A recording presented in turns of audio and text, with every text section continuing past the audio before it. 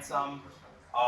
It's a little misleading on the title because I'm going to talk about everything around how you prevent paying the ransom, not necessarily not paying the ransom, although I will cover a little bit about that as we go through. First things first, I am with Fortis by Sentinel. Just want to cover this really fast. I'm not going to talk on it a lot because this isn't a sales pitch because I'm not a salesperson. Essentially, Fortis is a company within a company built within Sentinel Technologies, who you've probably heard of here in Michigan.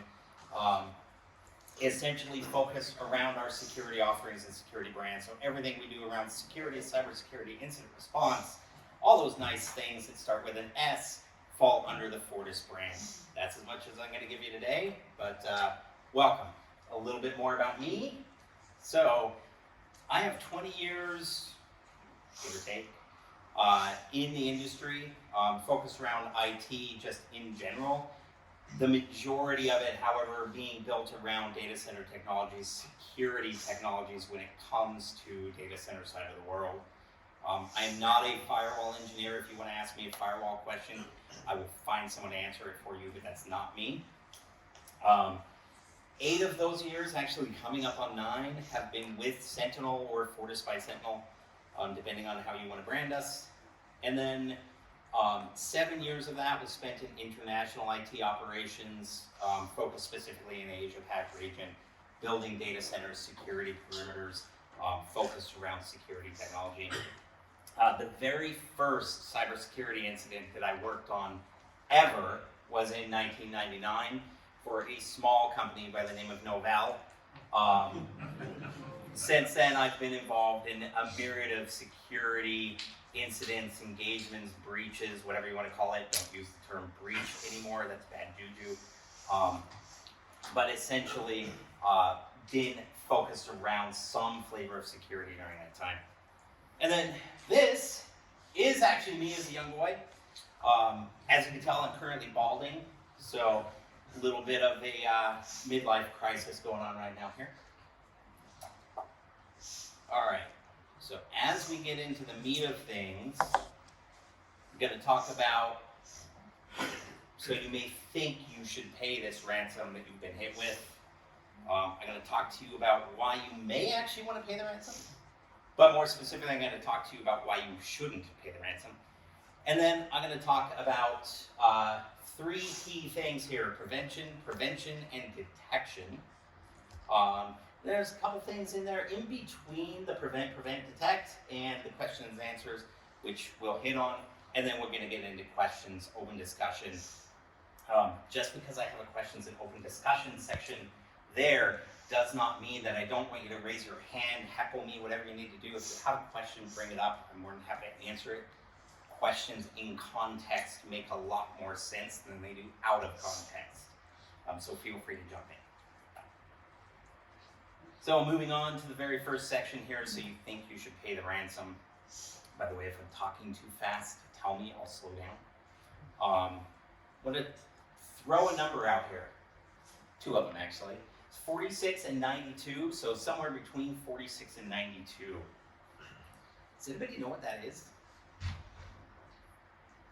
Anybody have any idea what those numbers may represent? Fair enough.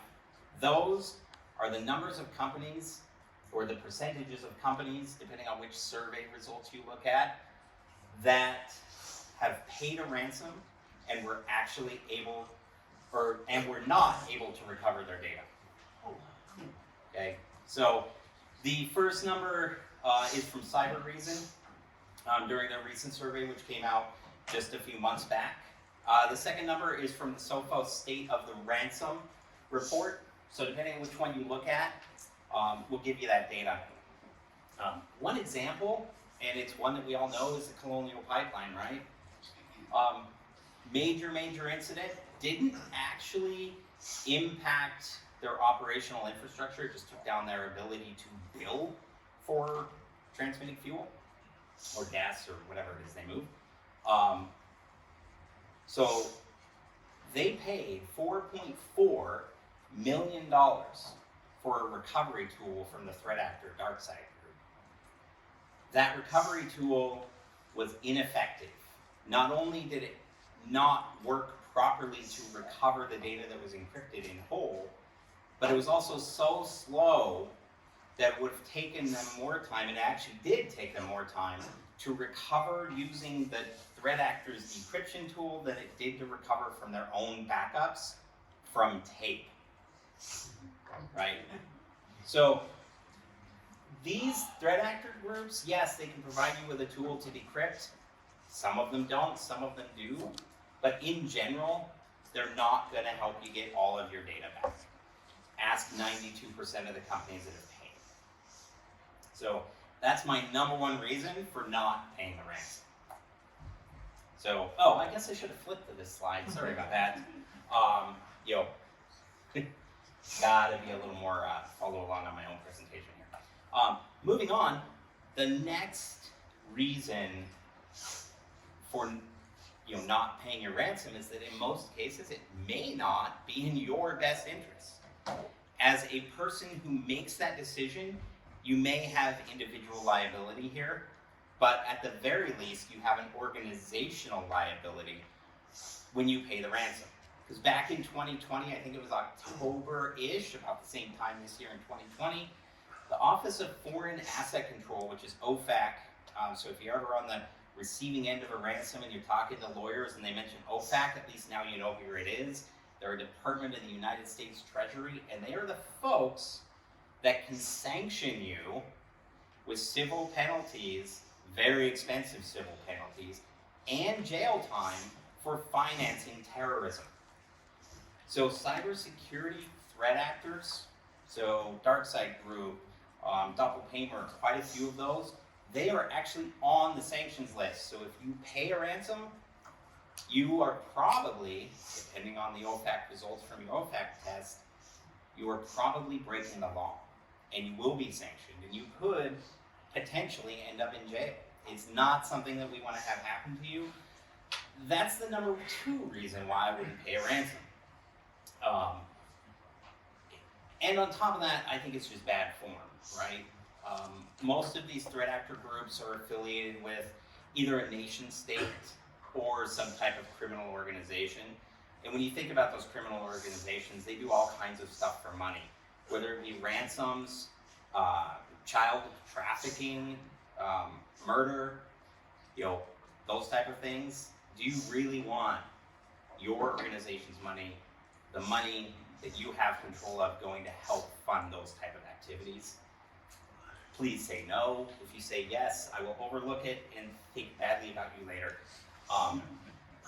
But that's that reason. This is the grade that I'm going to give to threat actors if you pay the ransom. Right? This is a B minus. It's 80%. It equates to 80%. It's roughly a B minus, I think. I'm trying to remember back to high school and my grades that I used to get were they didn't have the dip in the B. They were more like a D. We'll leave it at that. But paying leads to future attacks. 80%, that's that B minus number, right? 80% of organizations that pay a ransom get hit again, right? So if you're paying the ransom, I'm giving the threat actor a B minus, I'm giving you an F, because you're gonna have to go through the class again. You're gonna have to get ransomed again to learn the lesson that you should have learned the first time, right? I can attest to this. The group that I run at Fortis is the incident response and recovery team. We work literally all day, all night, every weekend, on Christmas, Thanksgiving, all those things to help organizations recover from these type of events. And I can tell you about an organization that went through, paid a partial ransom, was not able to recover using that ransom because the threat actor group never sent them a decryptor tool. So they just paid money and were left in the same state they were. We helped them to recover the majority of their systems. They couldn't recover a couple of them because of some bad technology solutions. And after the fact, no less than a couple months later, even after hardening their perimeter to a point, they were attacked again. and it was by the exact same threat actor group. Fortunately, they had listened to us a little bit and put in proper monitoring. They caught this one early. The ransomware wasn't able to re-encrypt, but the threat actors did attempt a second time because they knew they'd get the money. Although if they really thought they were going to get the money, perhaps they should have given them the decryptor the first time, because I don't think I would pay you if you didn't give it to me the first time. But it's actually common. It happens a lot. If you go to, I can't think of the website. I'll post it up there later, but there's a couple of groups out there that all they do is facilitate payment for ransoms. I'll put the link up there, but that website, if you go there, they have links to all the ransomware threat actor groups, and they actually show you a percentage of which ones actually give you the decryptors and which ones don't. And it's amazing how many don't actually give you the decryptor if you pay. And what's funny by that is that it's amazing how many organizations pay, even when the percentage is 18% that you're going to get the decryptor. They pay from desperation. And I don't want you to be in that state. So what we're going to do is we're going to move on a little bit. I'm going to talk to you about a new trend real quick, and then I'm going to help you avoid that desperation. One new trend that we're seeing out there is double extortion. And by double extortion, I mean literally that. Data exfiltration, right? These organizations get in, they get into your file servers, they get into your student information systems, they get into your employee HR information systems, they pull that data out, everything that they think is critical. Remember, these people don't typically speak English, so they're going to pull out what they think is critical based on keywords. They're going to steal that, put it up on an FTP server somewhere, and they're going to threaten you with, not only did they ransom your system, so now you got to decrypt, but now they're going to threaten to publicly release that information or sell it to someone. Right? If you don't pay, why shouldn't they sell it to someone else who will pay them? Right? So this is what we're seeing in the industry, and this is probably one of the most important trends in cybersecurity that we're seeing today. One note on this, a lot of people will read these reports around cybersecurity, things like that, and there's this phrase that keeps coming up. It's called dwell time. Dwell time literally equates to the amount of time from the moment the threat actor gets in your organization to the time they're left, kicked out of your organization, or detected in your organization, or they leave willingly, right? So it's that dwell time, the amount of time they live in your organization. Industry-wise, people are saying dwell time is down, meaning typically that can mean it's a good thing because we're catching them faster. But in the case of ransomware threat actor groups, what we're actually seeing is that dwell time is up. They're taking the time to get in your organization, very carefully map out your network and systems so that they know your environment better than you do. Then they go in and they very slowly, methodologically, steal your data, transfer it out of the organization, put it on a file server, and then they use your own tools against you, right? So now they're a domain admin, they have full access to your domain, they have access to your system center, your patching system, your PDQ deploy, your Microsoft Intune, whatever it is that you guys use, your Jamf for Mac device support. And what they're going to do is they're going to put that ransomware file in there and then distribute that as a package to all of your systems and have your system as executed, and they're going to use your own tools against you. We see it every day. So you need to be aware of what's happening in your organization. And we'll talk about that a little bit more. If you don't believe me that dwell time is actually up, just Google it and figure that out. But a couple of things that I want to talk about here with regards to data exfil is, and paying the ransom specifically, is you're going to walk in, and I know this is an educational forum, but you can equate this to whatever format you want, right? Student, employee data has been stolen. Financial data, account information, passwords have been stolen from your organization. Do you pay the ransom? I'd like to see a show of hands real quick. How many of you would pay the ransom if student information had been stolen from your organization? How many of you would think about paying that ransom? A few of you. I see some hands coming up. Question, why? Somebody that, would you mind telling me why? Desperation. Desperation, right?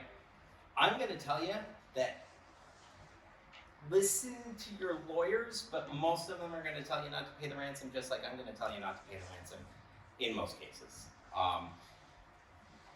In 2021 alone, approximately data from 1,250 schools, K through 12 within the US, have been published online. Most of the organizations don't actually know that the data's out there, right? It's kind of sad, but it's out there. It's available.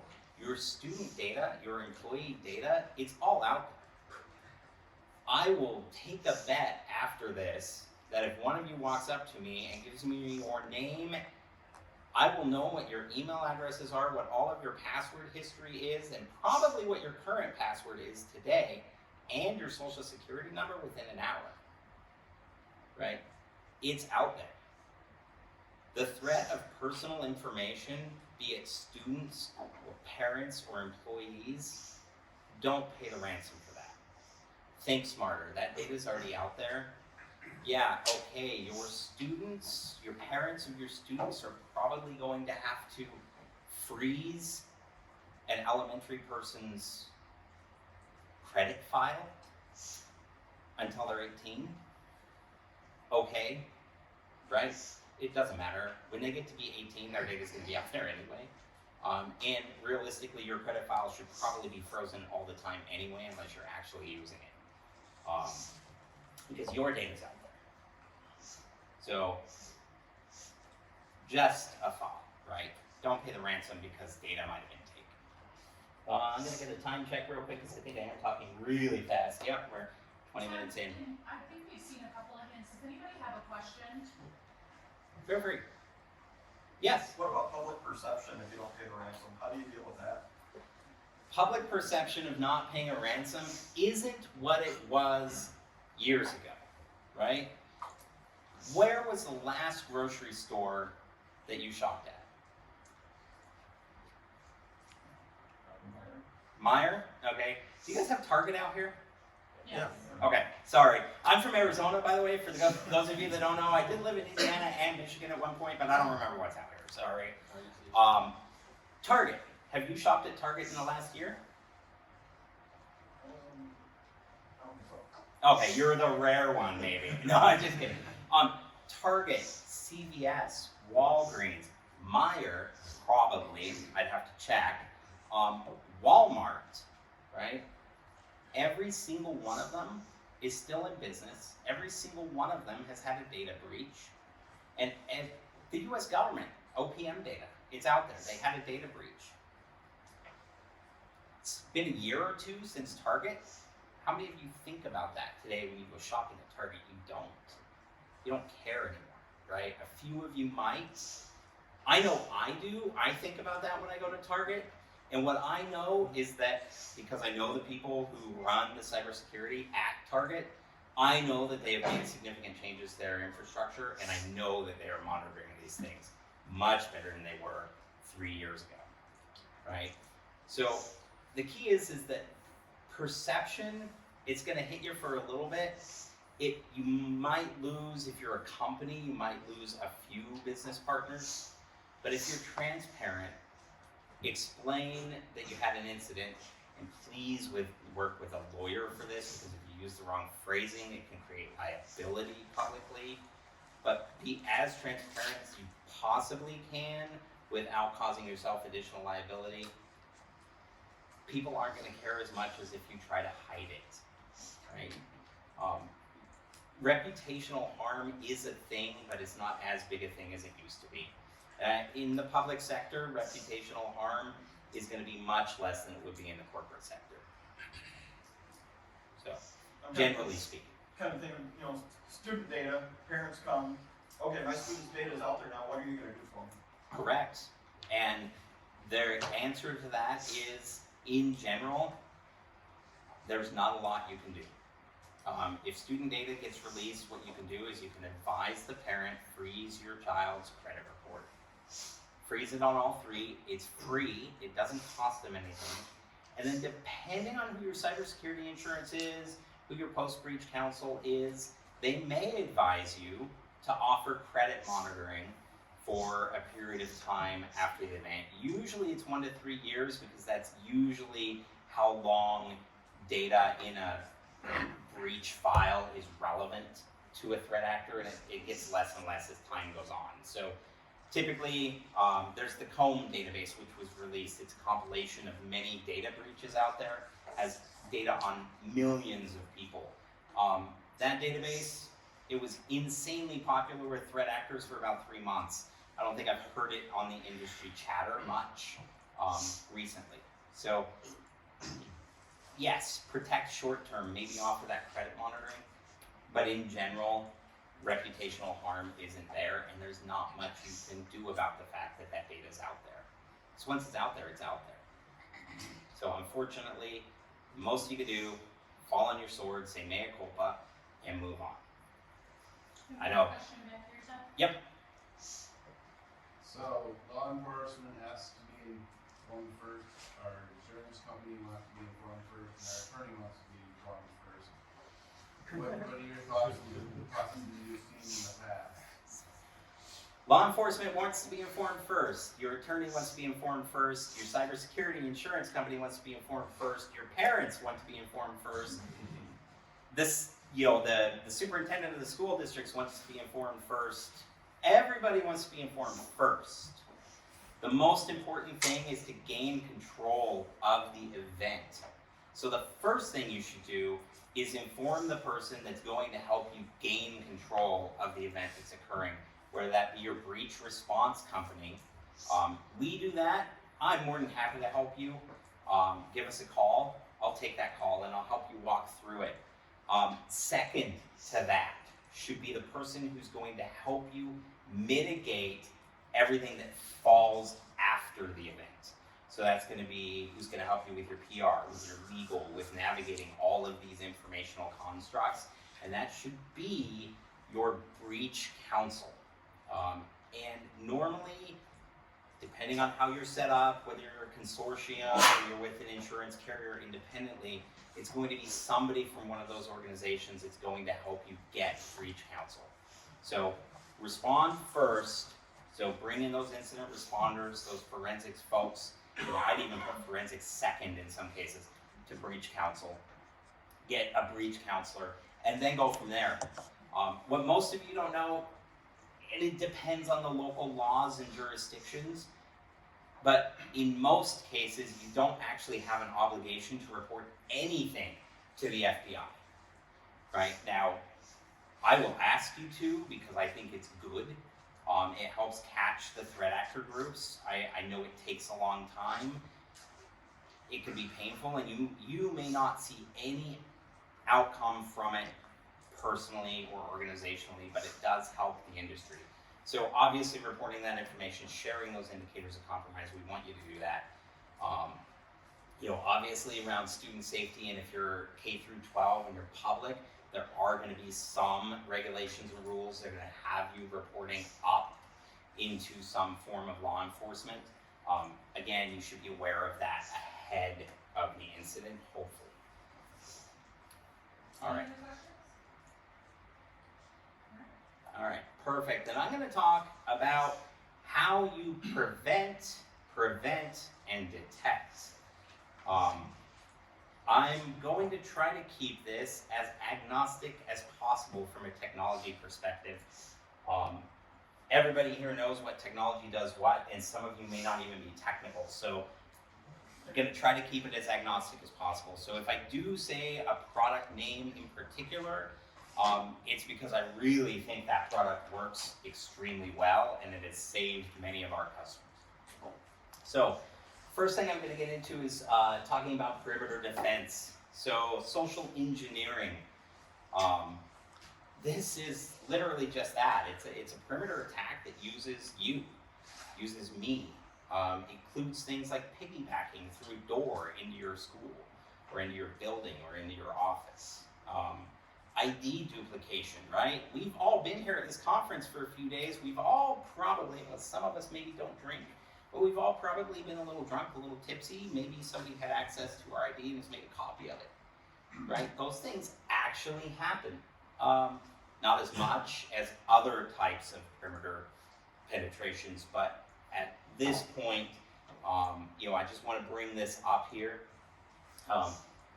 It's difficult to protect against the social engineering, but the number one way you can do that is with end user training, right?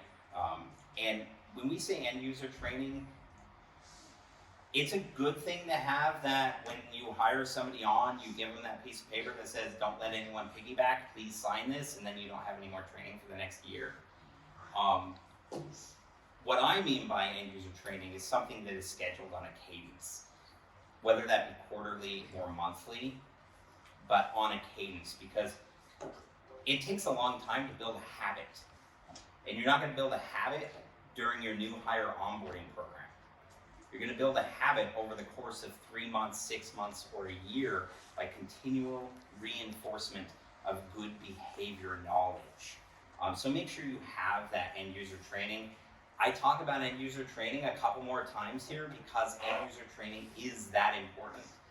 If you are going to invest money, mostly, in any one thing from a cybersecurity prevention perspective, it would be end user training is what I would always recommend in 99% of cases. That's assuming you already have things in your organizations like firewalls and antivirus or DDR at one point. So you can also defend against some of those perimeter things with man traps. You can put in armed guards with AK-47s. Those things aren't going to work for you, and they're prohibitively expensive. End user training is probably the most effective method. And then physical weakness.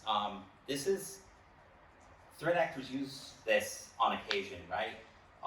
They will come up to your environment and find out that you have a lock on your data center from 1967, and it's really easy to get into your data center, plug in a piece of equipment, and go.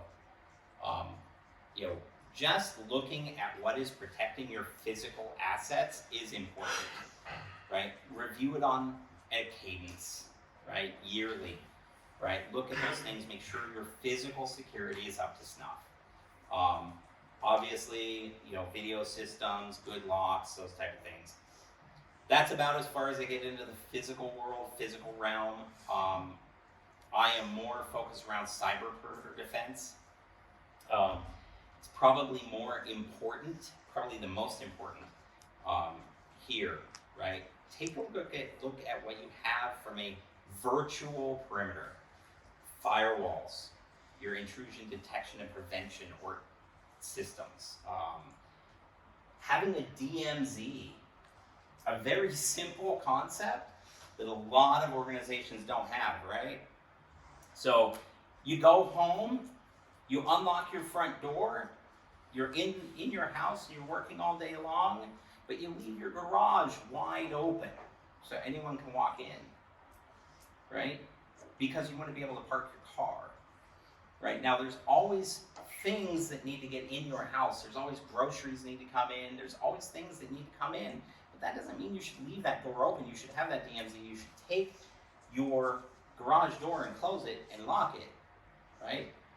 And that's your DMZ. Make sure you have that control system in your organization. You may have a web server in your organization, but does that web server need to be in with your production servers? No, it should be isolated, segregated, so that even if somebody does compromise it, they can't get in. It's just like having a lock between your garage and your house, right? You should probably have one. Many of you probably don't, but you might want to think about that. It's very important there. So the other one that I will throw out there that is actually highly effective is a DNS monitoring system, right? And when I say DNS monitoring, I mean DNS control, and this is where I'm going to become a little less product agnostic and throw out there a company name called Cisco. They make a product called Cisco Umbrella. It's very effective. It intercepts your IP lookups, it intercepts your DNS queries, and it puts them against the #1 largest threat actor website telemetry database in the world, which is the Cisco Talos database. And it finds out if the website that Jane over in accounting is trying to go to is a good or a bad website. And if it's bad, it's going to block it. Highly recommended product. And that may be the only one that I get less product agnostic on because it actually works really, really well. What I will tell you is that you guys are educational, and I want to check the time. We're still good. All right. You guys are educational, so you guys are probably going to have something like Securely. You're going to have GoGuardian, something like that in your organization that is protecting your students, because student safety is paramount, right? It's the #1 thing you need to have. Doesn't mean that you should sacrifice malware protection, threat actor protection at the behest of student safety. There are ways to make Securely, GoGuardian, and other things work with a product that will also provide those type of protections, specifically Umbrella. Securely is much harder to do it with. GoGuardian is quite easy to do it with. You can augment GoGuardian with Umbrella pretty easy. Student safety should not have to go away to protect your IT assets. And IT asset protection should not have to go away to protect your students. There are ways to make them work together, and we can help. Anybody wearing this same polo can probably talk to you later if you want. I'm not a sales guy, sorry. But things like that. The other thing I'll tell you about here, from a cyber perimeter defense perspective, is that you should actually reverse your thinking on most of that. Where you are taking and you're preventing people from coming in, I want you to think about preventing your servers from going out. So it's a painful thing to change, but blacklisting everything and whitelisting only what you need at the server level. Don't do it at your student level, don't do it at your employee level. It's a pain in the neck to manage that, but at the server level, we recommend doing it, because one of the things that you'll actually see is threat actors will get in your organization. They will do it. Somebody's going to click an email that's going to have Cobalt Strike embedded in an Excel form, and you're not going to catch it, and the threat actor is going to be in. They're going to get on your servers and going to try to exfil data. They're going to try to have those command and control traffic going out. But if you blacklist all traffic from your servers going out, and you're monitoring that, and you start seeing things trying to hit websites going out, you're going to know somebody's in your organization. You're going to detect them really quickly, and that's what we're aiming to do here, is protect the perimeter, but detect better, right? All right, internal. Oh, any questions on that? Sorry, before I move on. I think we're good. All right, internal defense. One quick question, right? Sure.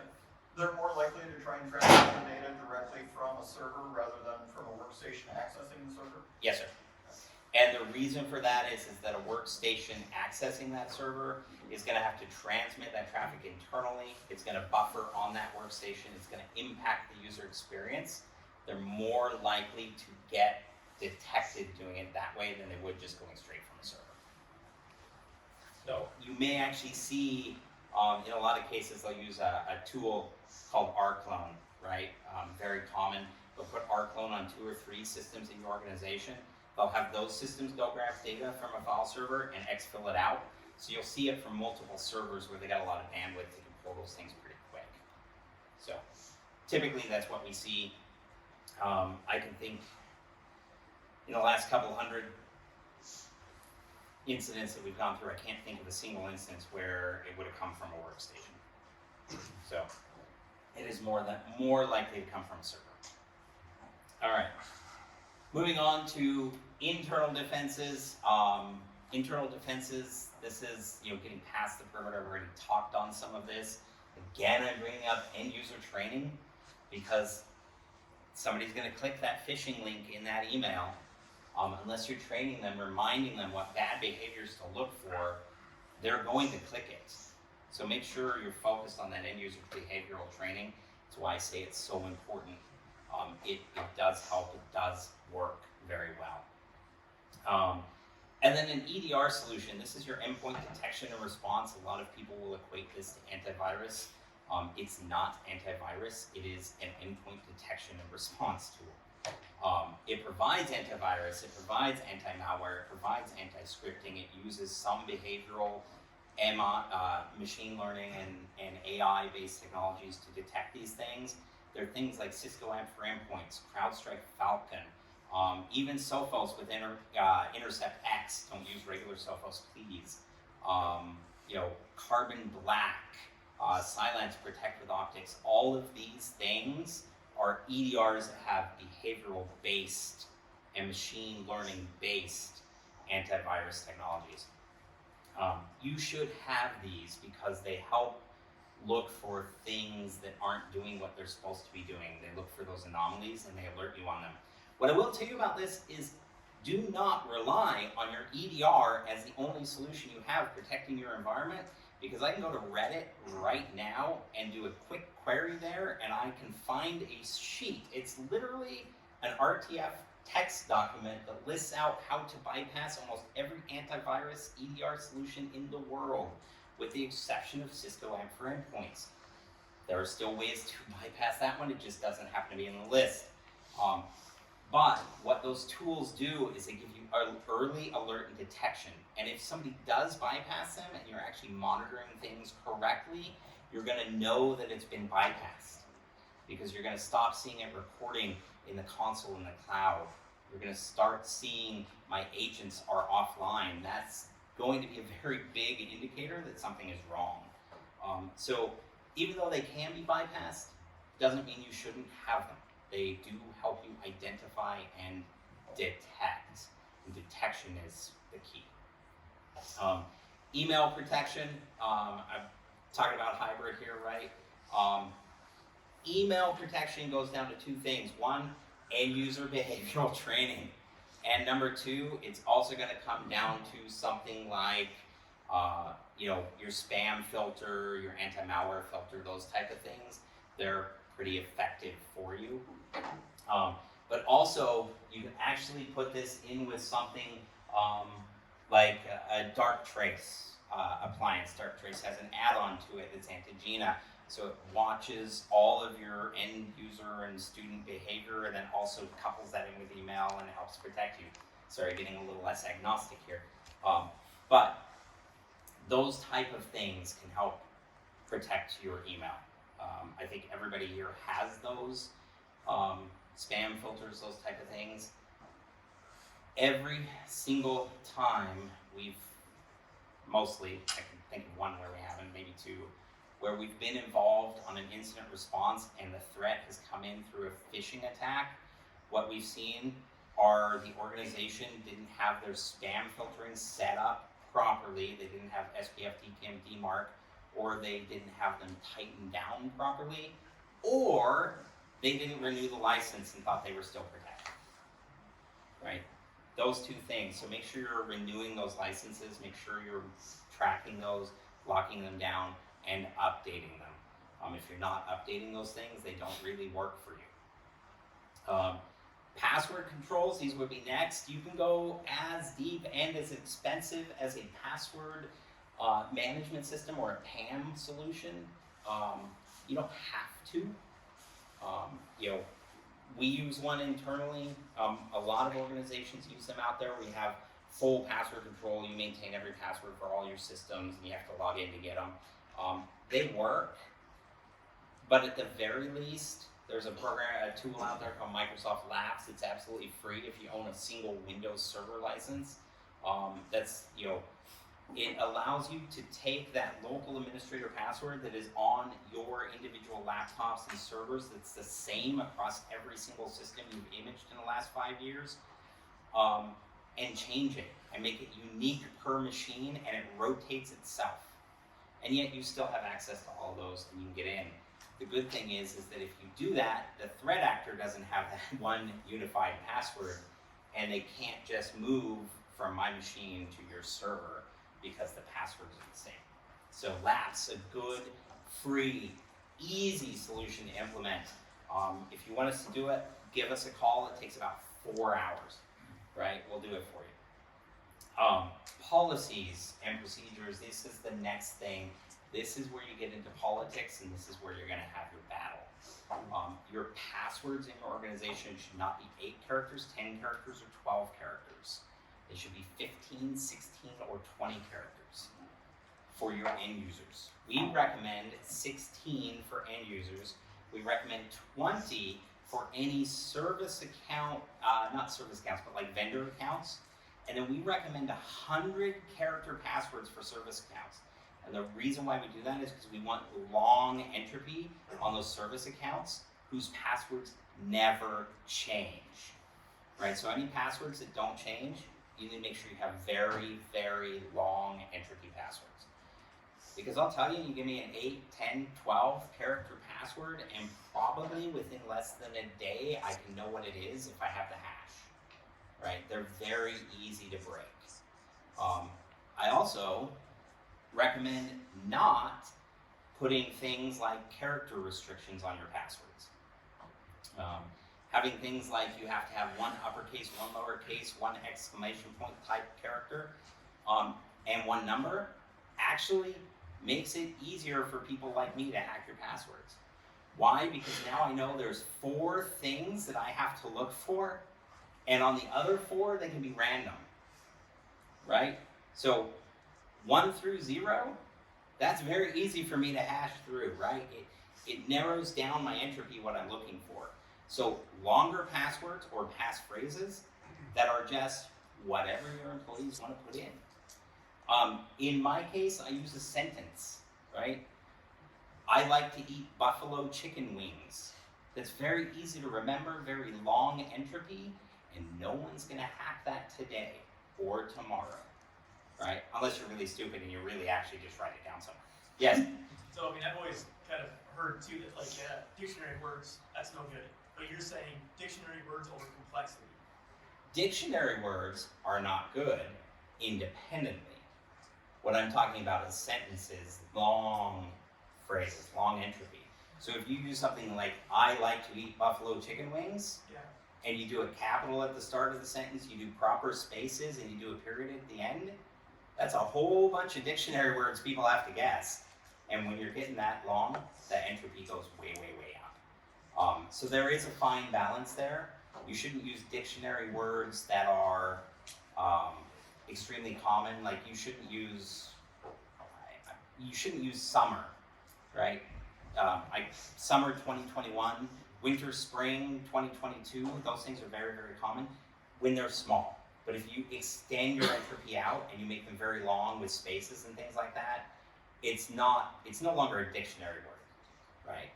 It's a combination of dictionary words with special characters in them. So there's a balance to be had in there. But what we're looking for is something that's a long password that your end users don't have to change a lot, and they don't have to build sequenced patterns out of.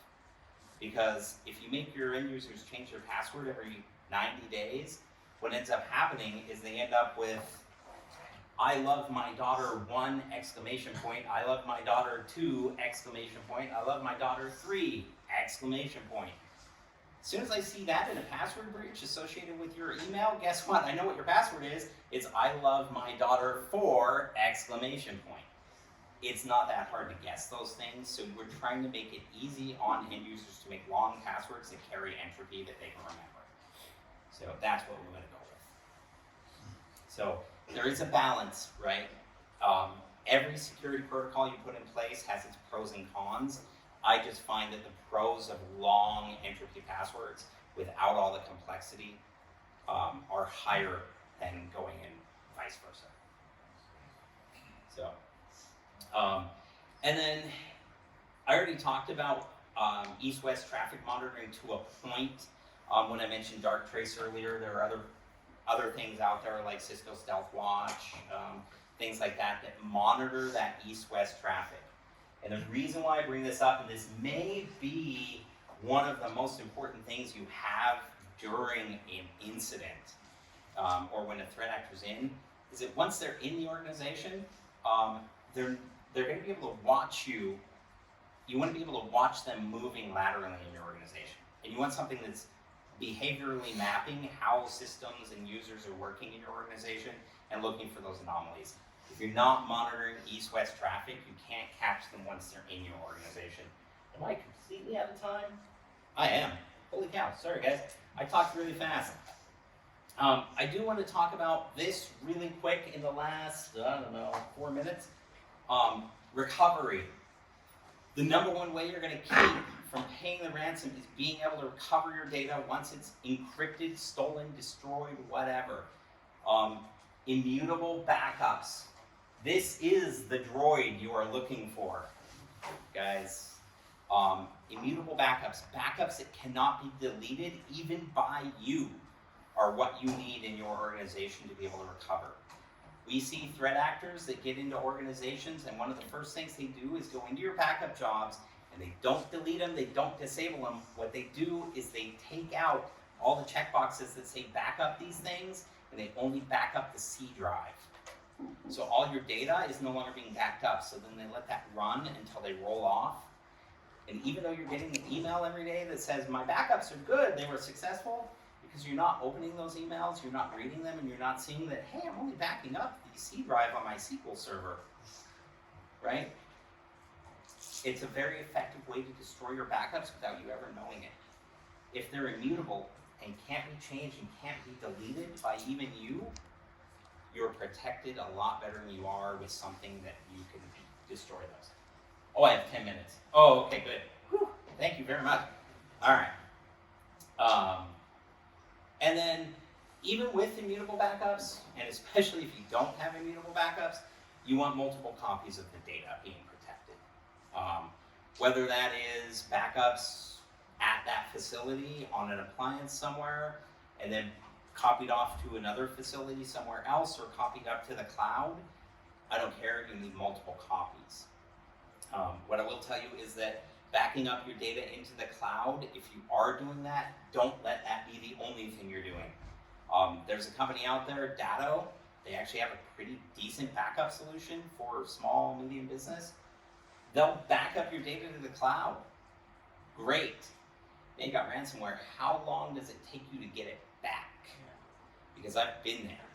And when you're down for 2 months because you're trying to recover data from the cloud,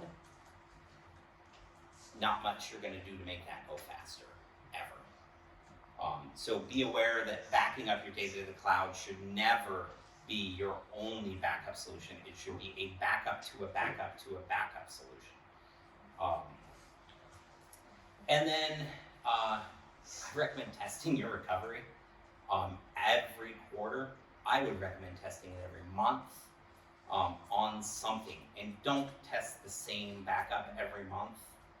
Don't say I want to test a file restore to my file server every month. No, restore your SQL server 1 month. Restore an Exchange database 1 month. Restore something 1 month. Make it so that you're testing various things. And the reason for this is because we've been in a situation where customers have told us, yes, even though we're all encrypted, our backups are still viable. And we go to recover them and we can't recover from them because they've never been tested. So, and then I put this last. And it's one of those things that you should have after you have everything else, is a plan. So an incident response plan, a backup recovery, a BCP plan, a DR plan, all those things should be last. And the reason why is because if you build a plan when you don't have any of the other things in place, your plan isn't going to work. And when you build these things in place, now you got to go redo your plan. So build your recovery systems, build your monitoring systems, make sure you have these things in place, and then build your plan, right? I know that can be a little backwards thinking, but really you should be protecting and monitoring and hoping you don't have to recover. And then if you do and you don't have a plan, call us.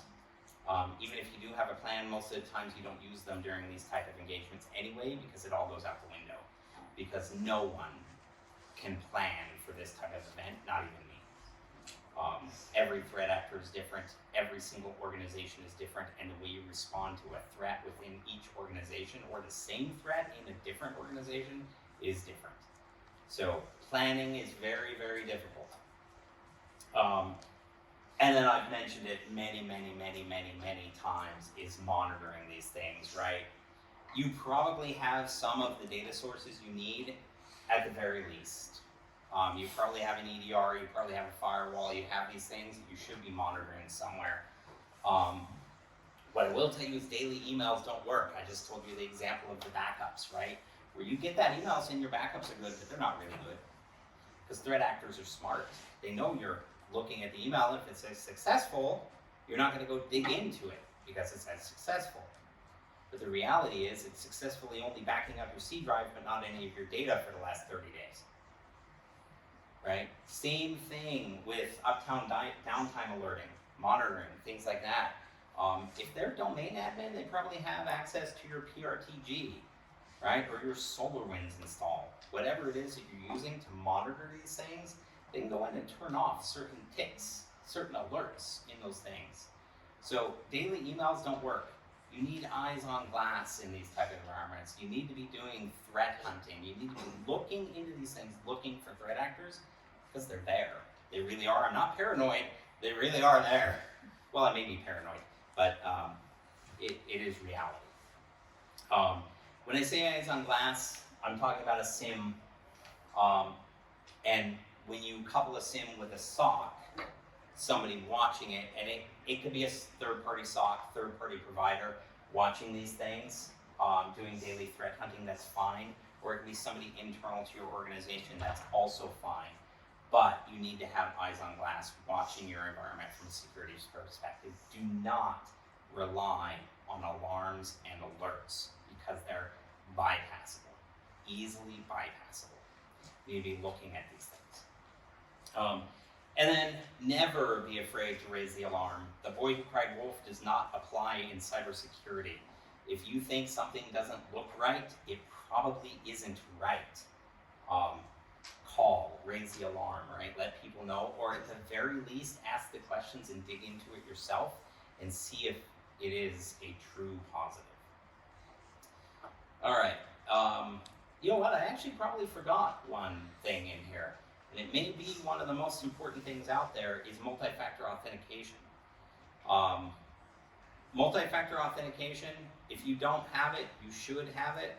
What I will tell you is multi-factor authentication does not prevent unauthorized access, right? If I go out there and I get your password and I know your password to your organization, guess what? I can log into things. I will find something that doesn't have MFA and I will get in. So it's not a password theft prevention tool.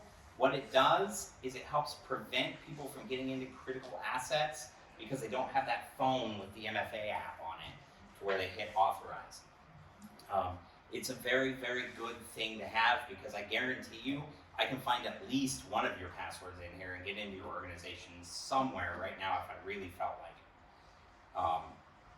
it. And MFA is a good preventative. However, if I time my MFA right, and I time my login right, and I have your password, let's say it's at 8:15 in the morning and everybody's scrambling in your organization, they're coming online, and I start prompting people for MFA, and they're logging in and they think, oh, that's me, it's just delay, and they hit approve, guess what, now I'm in. So MFA is very, very effective, but it can also be bypassed. That's why monitoring is the most important thing. If you see a lot of MFA failure on an account, and then you all of a sudden see an authorization, something might be worth looking into. And that's why you need those eyes on glass. You need people monitoring and watching these things. All right, we've got 5 minutes left. I'm going to pop it over to open questions and discussion. So if anybody has any questions that are out of context, feel free to shoot them my way. Yes, sir. Do you recommend MFA for all staff? Yes and no. It really depends on the individual organization. MFA should be used to protect critical assets and critical staff. I will recommend MFA on every single employee, staff, person that accesses your organization remotely. So if they need to VPN in, you should have MFA on their account. You should be having MFA on your VPN. If they're RDPing in, you should have MFA on the RDP and on any account that RDPs into that environment. And the same would apply to anything like your HRMS or anything like that that's hosted in the cloud. Any software as a service solutions where you should have MFA because those are publicly facing. Do I recommend MFA on your desktop, like when you log into your laptops, those type of things? Not in general. We don't even do that, right? There's reasons for that. It can be quirky and cumbersome. If you are going to do that, I recommend Duo MFA because it actually has a very, very good interface for that. But generally, no. If it's, staff and students or somebody working in a warehouse that only logs in internal systems, MFA is probably not going to be necessary. But if they're logging in into a domain controller, damn straight. Just to kind of follow up on that, we have our admins MFA, but we don't have our actual teachers and staff. We have our admins though. So do they access your environment from outside the organization? Some of them do. But, They should have MFA. So Admins 100%, and your domain controllers, if you RDP to a domain controller and you don't get an MFA prompt, we need to have a discussion. The same would apply for anything like a file server or anything that contains critical asset information. Anyone else? All right, take the next couple minutes, go grab another donut if there are any left. Otherwise, thank you very much for your time, guys.